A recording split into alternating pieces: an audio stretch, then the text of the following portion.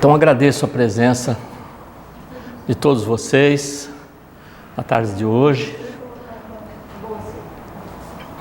encarnados e desencarnados também, que estão aí sentados nos bancos vazios, né, para acompanhar, para a gente possa refletir nesta tarde sobre a doutrina espírita.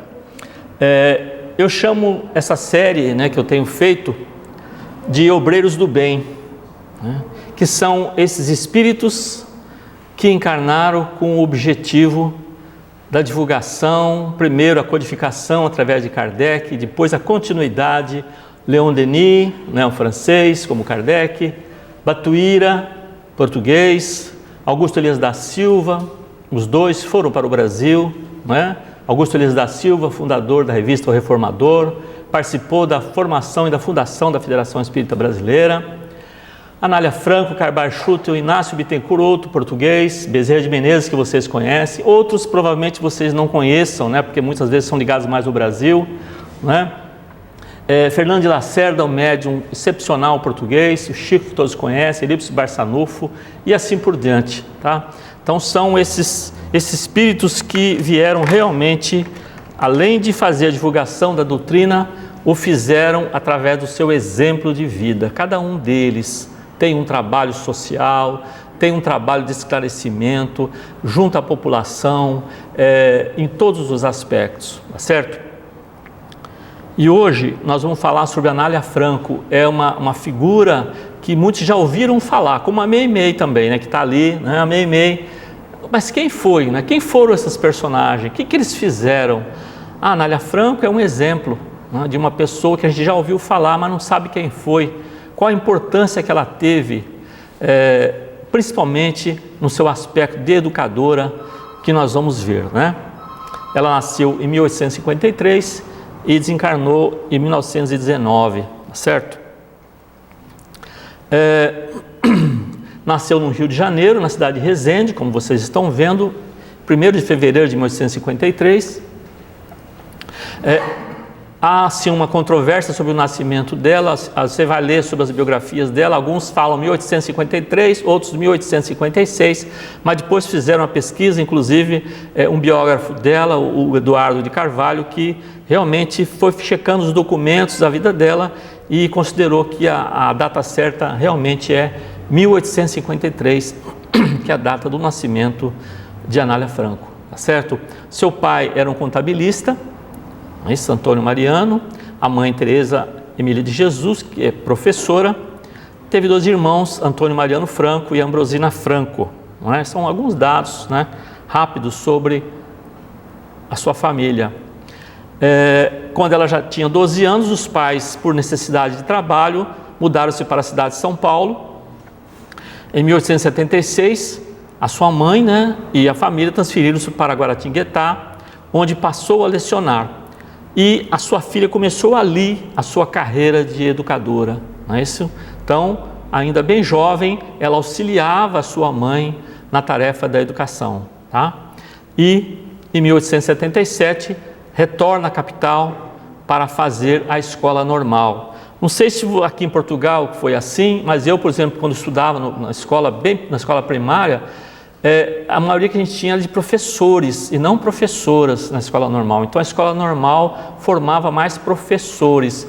E assim foi em São Paulo, porque uma sociedade muito ligada assim em volta do homem, né? Nós sabemos que a mulher era poucas vezes alfabetizada, principalmente do interior do Brasil, e ela tinha que simplesmente aprender a costurar, a cozinhar e cuidar dos filhos. Não era assim. À época, a cultura não permitia que a mulher realmente fosse educada, conhecesse as coisas e tivesse uma profissão, nem pensar, não é? A não ser que ela fosse viúva, tá certo? Para poder se manter, mas do contrário, de casa não podia. Então, repare que nós vamos ver que a Anália, ela defendeu bastante ao contrário, a independência da mulher, que nós vamos ver, inclusive causou muitos problemas para ela, não é? Repare que quando ela fez o curso normal como professora, ela disse na formatura: vencemos, amigas, porém este é só o começo do que nós, mulheres, poderemos fazer para clarear a mente obscura desses que se dizem os intelectuais do futuro. Ali ela já dá uma alfinetada nos homens que estão ali, todos acompanhando, né? Aquelas professoras, poucas professoras, né?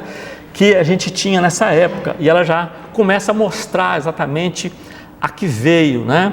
Ela procura mostrar a capacidade intelectual da mulher diante de uma sociedade, realmente, como nós já comentamos, que não era dada à mulher a cultura, o conhecimento de um modo geral, não é isso? O estudo que ela fez como professora já percebeu os métodos que eram utilizados na época da educação, não é isso? E ela já começou a incomodar, quando ela começou a trabalhar, os velhos professores, ali está colocado entre aspas, aquelas pessoas que já relutavam em aceitar os novos métodos, não é isso? Lembrando que eu também, muitos de vocês também pegaram uma época de muita dureza com os professores, não é isso? O castigo, não é isso? A palmatória, a gente teve muito, eu ainda cheguei a pegar isso, né? A reguada, né? Então a Anália, assim como Eurípides Barçanufo, que depois nós vamos ver, a sua educação era muito distante disso, estava mais afeita, mais à categoria de Pestalozzi, não é isso? Aquele grande educador que foi professor de Allan Kardec, certo? Uma coisa que ela também inovou, que à época, na escola os meninos eram separados de meninas. Eu não sei aqui em Portugal como é que era isso, tá? Era também? Tá. E eu me lembro que mesmo na década de 1960 também, quando eu estudava lá nas séries, no antigo ginásio, era simplesmente a sala só de meninos, só de meninas. A gente só via as meninas na biblioteca, né? Então ficava ali todo mundo, vou para a biblioteca, né? Só para ver as meninas, não é? Então era muito curioso isso. E a Anália já tirou isso aí, as suas salas eram misturadas, meninos e meninas. E ela dizia o seguinte, segundo a Anália, era preciso acabar com a malícia que só existia em cabeças mal formadas de princípios morais. Estava na cabeça da pessoa essas malícias de menina ficar com menino, iam se juntar, ia fazer coisas indecentes. Nada disso. Se a sociedade fosse separada, se a nossa sociedade fosse homens separados de mulheres, eu até concordo que a educação fosse assim. Mas não é assim a sociedade. Então, a Anália já, repare, os métodos de Anália, né, a questão do castigo que ela não utilizava e separação que existia de meninos e meninas, ela já não concordava com isso, tá certo? Ela dava também as aulas de religião, né, na sua estrutura que ela colocava. Por quê? Por que ela colocava a religião? Repara que a religião não era assim que a pessoa decorasse o nome dos santos, nada disso, não é isso? As aulas de religião eram para que seria assim mais que eu diria religiosidade, para que as crianças entendessem a importância de você respeitar os semelhantes, a convivência fraterna. É isso que a religião deve fazer, para melhorar a nossa condição social, as nossas relações, não só em casa, mas também no dia a dia, no trabalho, etc. Não é? Então, ela tinha essa preocupação e aqui nós vamos ver para frente que jamais, nós vamos ver que ela se declarava espírita, mas jamais ela falou em espiritismo nas suas aulas, tá certo? E também a questão da higiene, porque era difícil também à época, as crianças viviam descalças, não tinha a questão do banho, então ela começou realmente a organizar as crianças, orientar de tal maneira que elas viessem limpas na escola, tá? E também ela começou a produzir cartilhas para as mães, para que as mães continuassem com essa questão da higiene na sua casa, para que as crianças chegassem limpas à escola, tá? E era uma higiene aplicada, ela mostrava como fazia, não era uma coisa teórica, a criança, não, reparava como é que você tomou o banho, né?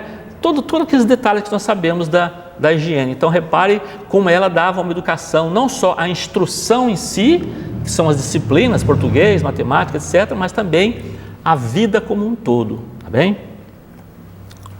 Ela utilizou também uma coisa muito interessante, que foi o canto, a pintura, a poesia, o teatro na sala de aula, e também orientava professores a utilizar a arte na educação. Hoje nós sabemos que isso é muito importante, mas na época não, né? A preocupação mais eram as disciplinas básicas, né? Você saber fazer uma conta, não é? Saber lá assinar o nome, entender, ler um texto, poder escrever uma carta, mas não, educação não é só isso, isso é uma instrução que a gente dá, alfabetização, mas a coisa tinha que ser muito mais amplificada, muito mais ampliada. Então era educação como um todo, e nós sabemos que a arte tem uma importância muito grande na educação de todos nós, tá bem?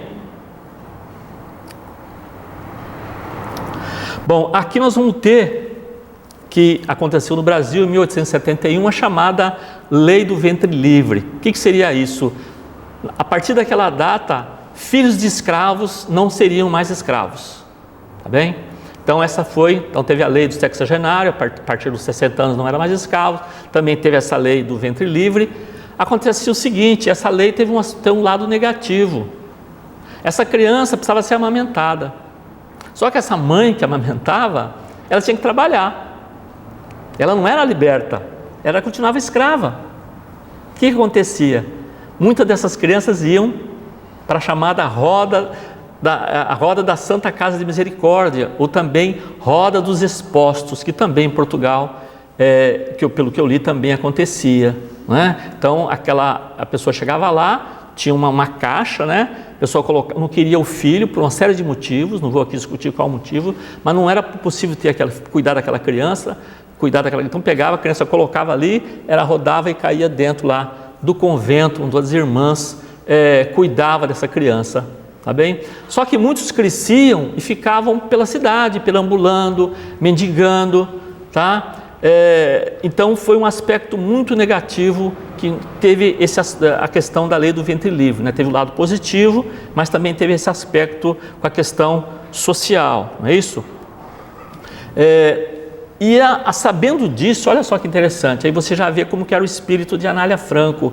Ela percebeu, sabia desses acontecimentos, né, teve conhecimento disso e abandonou o cargo de professora dela na capital e foi para o interior do Brasil. Por que para o interior? Porque no interior do Brasil que tinha mais a questão da agricultura, né, o pessoal do campo, né, das lavouras, então ali tinha sim mais trabalho escravo, tá bem? Então ela vai conseguir uma casa e repara que ela queria conseguir uma casa para abrigar essas crianças, não só crianças negras, mas também crianças brancas que estavam na rua, né, perambulando pelas ruas, para que elas pudessem ser abrigadas, né? Então ela consegue uma casa de uma fazendeira e já começa a juntar criança.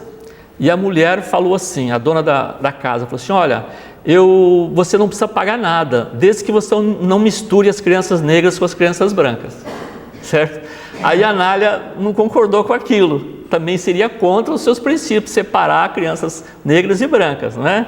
Então ela resolveu pagar o aluguel, tá? Vou pagar então, e isso era metade do salário dela de professora, tá? Então repare o cuidado, e a coisa começou a apertar, e ela começou a sair, a pedir.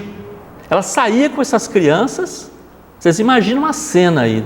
Imagine hoje uma professora saindo à rua com um bando de crianças maltrapilhas pedindo esmola. Então ela fez isso numa época que vocês viram como é que era a questão da mulher.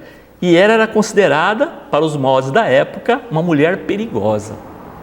Onde já se viu andar com crianças negras, amparando crianças negras, pobres, pela rua, mendigando, tá certo? Mas ela não se abateu com isso e continuou o seu trabalho. Depois eu li também que mesmo assim, depois a dona da casa conseguiu, através dos políticos, tirá-la de lá com as suas crianças, tá? E ela foi para outros locais onde funda, né, depois, já continua, né, chamada a casa maternal para abrigar essas crianças, tá certo? Aí seria um exemplo de como seria uma casa que ela tinha, né? Eu não sei exatamente se essa, não vi, pela foto que eu vi, falava que era um lar de Anália Franco, mas não sei exatamente se foi a primeira, mas uma das casas de Anália Franco que ela fundou à época, vocês vêem aí o número de crianças que tinham, tá certo?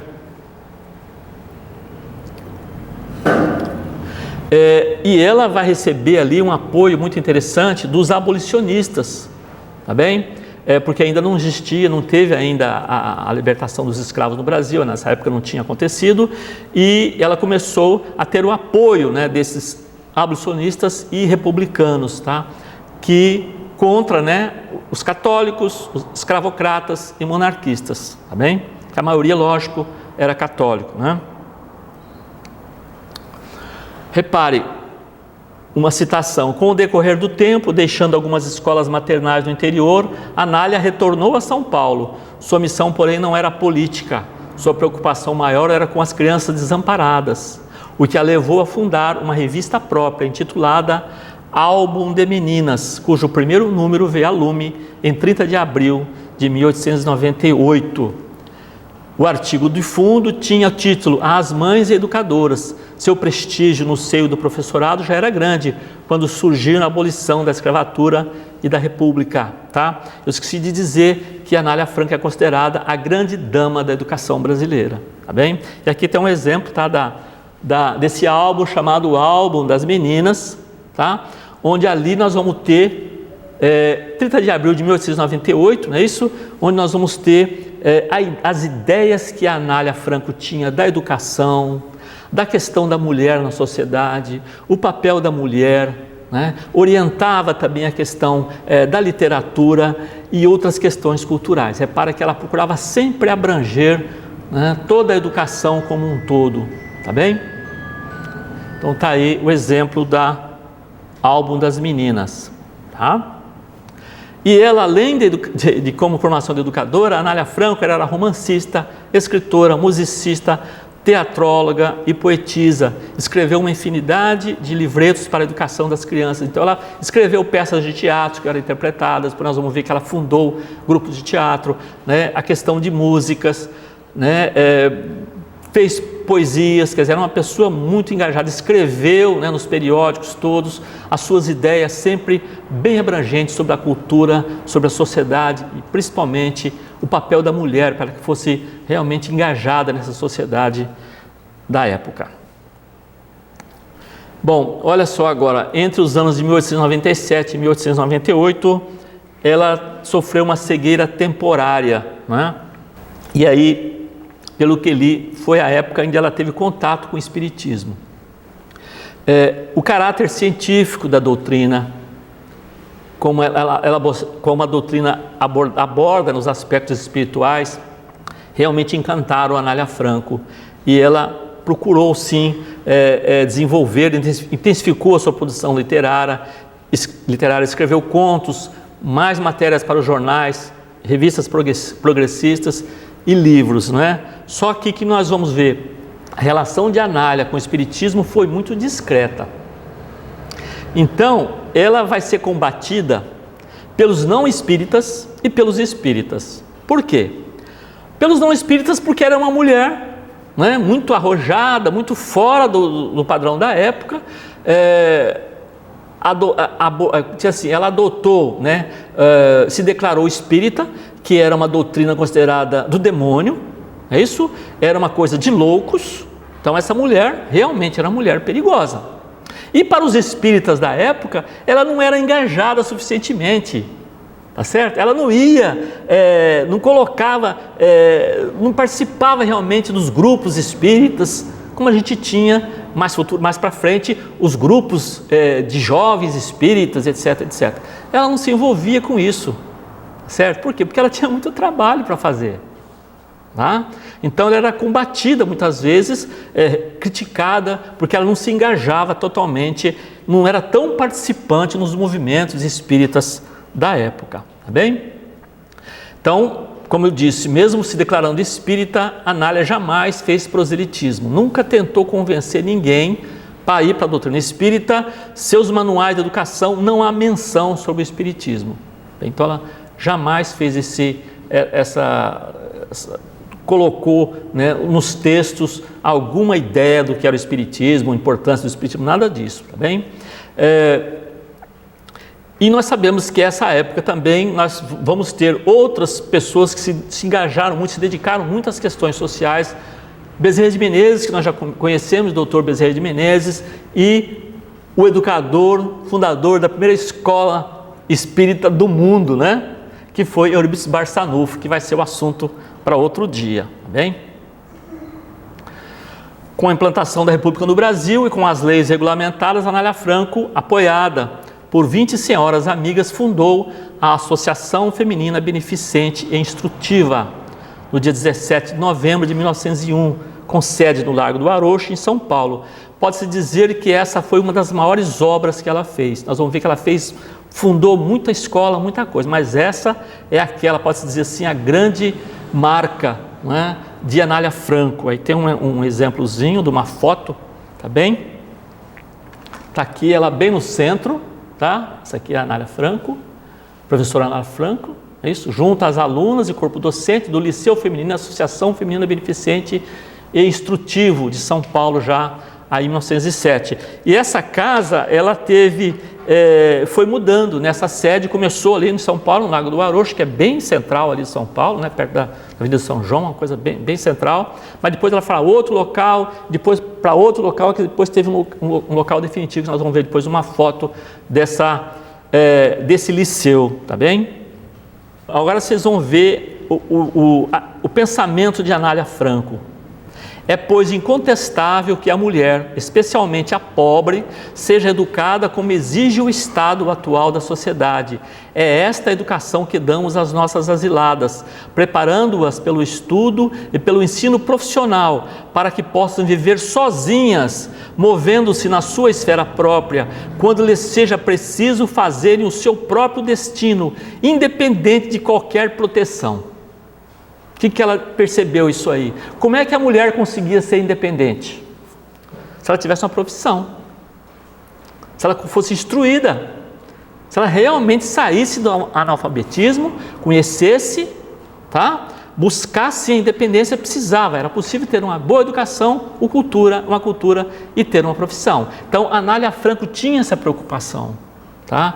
De dar principalmente à mulher desse período, não é? Ela mantinha escolas reunidas na capital, escolas isoladas no interior, escolas maternais, creches na capital, no interior do estado, bibliotecas anexas às escolas, escolas profissionais, arte tipográfica, curso de escrituração mercantil, prática de enfermagem, arte dentária, línguas, francês, italiano, inglês, alemão, música, desenho, pintura, pedagogia, costura, bordados, flores artificiais e chapéus, num total de 37 instituições. Então, essa mulher trabalhou muito, não é? Trabalhou muito. Aí tem um exemplo, tá? Das meninas aí todas aprendendo, não para costurar simplesmente para sua casa, mas aprender como profissão. Ser uma costureira realmente como profissão, como profissional, tá certo? E aí o que aconteceu? Começou a tomar uma dimensão muito grande essas instituições, e ela não teve assim, não tinha muito controle, então ela precisava de gente voluntária para poder auxiliá-la na organização e principalmente na contabilidade dessas instituições, porque ela conseguiu dinheiro através de arrecadações, de bazar, de leilão, né, pedindo, então precisava, né, isso que arrecadava tinha que ser muito bem controlado, então precisava de alguém com experiência em contabilidade, e era difícil você poder pagar, inclusive, alguém para fazer isso, tá? Mas a sua mãe sugere o nome de Antônio Francisco Bastos, que desde menino já havia ajudado o pai de Anália Franco, né, com os livros de contabilidade. Soube também que Bastos já tinha conseguido o seu diploma, chamava guarda-livros na época, que seria o contabilista, tá bem? Então essa pessoa, Antônio Francisco Bastos, tem aí o seu período, nasceu em 1850 e morreu em 1929, dedicou-se a trabalhos altruísticos ao lado de a grande missionária de Anália Franco, fazendo as escritas fiscais de mais de 70 obras assistenciais. Vamos ver quantas obras que Anália fez. Então, por ela fundadas no estado de São Paulo, abrangendo escolas maternais, escolas elementares, albergues noturnos, colônias regeneradoras, 23 lares para crianças abandonadas e um patronato agrícola, tá? A convivência de Anália Franco e Francisco Antônio Bastos no trabalho cristão e espírita da assistência social era tão antigo que no ano de 1906 apesar de ambos terem mais de 50 anos de idade, resolveram casar-se, unindo assim os seus esforços para que a obra não viesse a sofrer solução de continuidade. Então ela casou com mais de 50 anos, os dois, para poder continuar o trabalho, não é isso? E aí, ela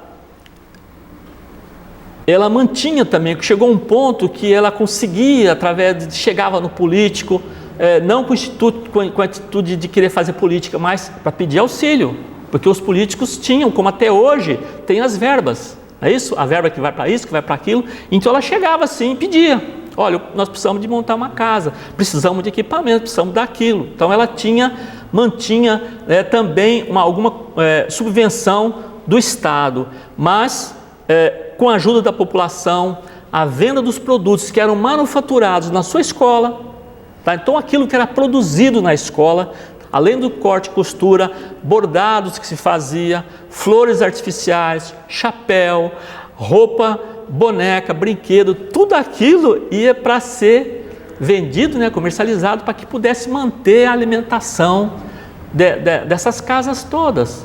Mas às vezes a coisa apertava mais, ficava difícil. Então, quando a situação financeira ficava mais crítica, saía extensa excursão artística pelas cidades do interior do estado, levando a banda musical feminina. Também não era comum, imagina, nem hoje é tão comum você ver um grupo só de mulheres, não é comum, imagina lá, no começo do século XX, tá certo? Então a banda musical feminina Regina de Feijó, composta por suas educandas e por um grupo dramático formado pelas participantes da coluna regeneradora Dom Romualdo. Então ela saía realmente com esses grupos, apresentava as peças, arrecadava dinheiro, tocava aquelas músicas para poder sempre conseguir o apoio, tá? E é interessante aqui uma passagem que eu li, que em uma de suas saídas em busca de ajuda financeira, Anália Franco foi a Ribeirão Preto, a cidade do interior de São Paulo, que nós, inclusive, a Aini e eu moramos lá durante 15 anos, conhecemos até bem essa cidade, E lá tem o chamado, o Padre Euclides, conhecido muito benemérito da cidade. Lá em Ribeirão tem rua com o nome Padre Euclides, que é uma pessoa muito importante da época. Todos o conheciam, o amavam pelo bem que realizava, diziam até que ele curava, como Jesus, pois suas bênçãos faziam voltar a saúde e a paz nas pessoas doentes. E aí a Anália tenta conversar com o padre. Aí você já imagina, ela chega no lugar, certo? Onde estava o padre, ele não estava, mas as pessoas lá do lugar do padre falaram assim: ele não vai querer receber essa Anália, era uma espírita. Meu Deus, que escândalo, o que vão dizer, O Padre Euclides recebeu uma mulher que está assim com o demônio, Porque era espírita. E ela tentava e não conseguia falar com ele, tá? E ficavam ali comentando isso. Mas ela chega e encontra o padre. As palavras dela: Padre Euclides, eu vim a Ribeirão Preto para aprender com o senhor a praticar a caridade. O padre respondeu: Dona Anália, a senhora está enganada. Não veio aprender, mas sim ensiná-la. Eu tenho esta batina que me abre muitas portas e até mesmo muitas bolsas. Olha o que o padre disse: a senhora professa uma doutrina tão nobre quanto qualquer outra, mas ainda pouco compreendida e que lhe dificulta os passos.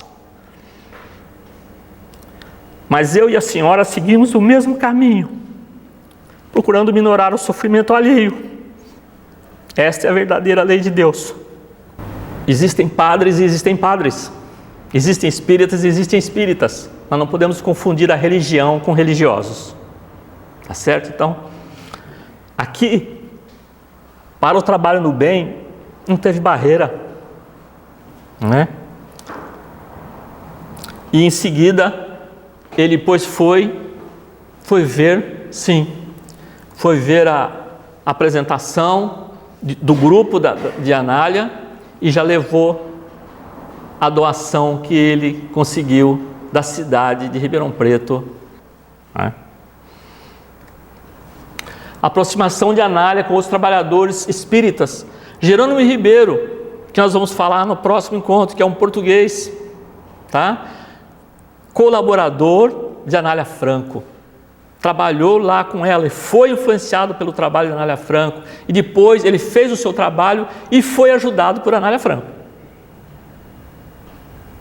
Batuíra, outro português, auxiliou Anália na assistência às crianças deficientes em lugares apropriados para elas, com exercício de fisioterapia e passes.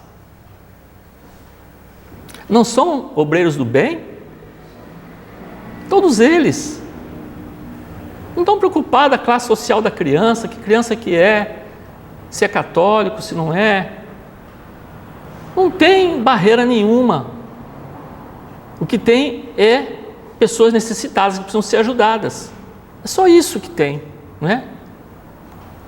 Dr. Militão Pacheco, médico homeopata, que passou a colaborar profissionalmente, dando assistência médica em ambulatórios criados pelo casal, favorecendo a classe carente do povo e as crianças. Carbar Schutel, outro conhecido, viajava de Matão uma vez por mês para dar às crianças muita alegria, com suas belas histórias sobre Jesus, evangelizando-as com o teatrinho de marionetes. Eu me lembro, quando criança também, de estar, quando fiz a primeira comunhão, né, e assistir na igreja um teatrinho de bonecos. Aquilo foi fantástico. A gente às vezes não tem ideia o que é para uma criança isso, ver fantoches e marionetes. É impressionante, quando tem uma história, os bonecos se mexendo, falando, é uma coisa impressionante. E as crianças gostam até hoje disso. Então, Carbar Schutel utilizava essas histórias para mostrar ali os ensinamentos de Jesus através dos teatrinhos. Bom, ao final da vida, Anália Franco havia fundado 71 escolas, 2 albergues, uma colônia regeneradora para mulheres que foram prostitutas, 23 asilos para crianças órfãos, uma banda musical feminina, uma orquestra, um grupo dramático, além de oficinas para manufatura em 24 cidades do interior e da capital paulista. Cada vez que eu comecei a ler isso, mas eu fui afundando no sofá assim, ó, né?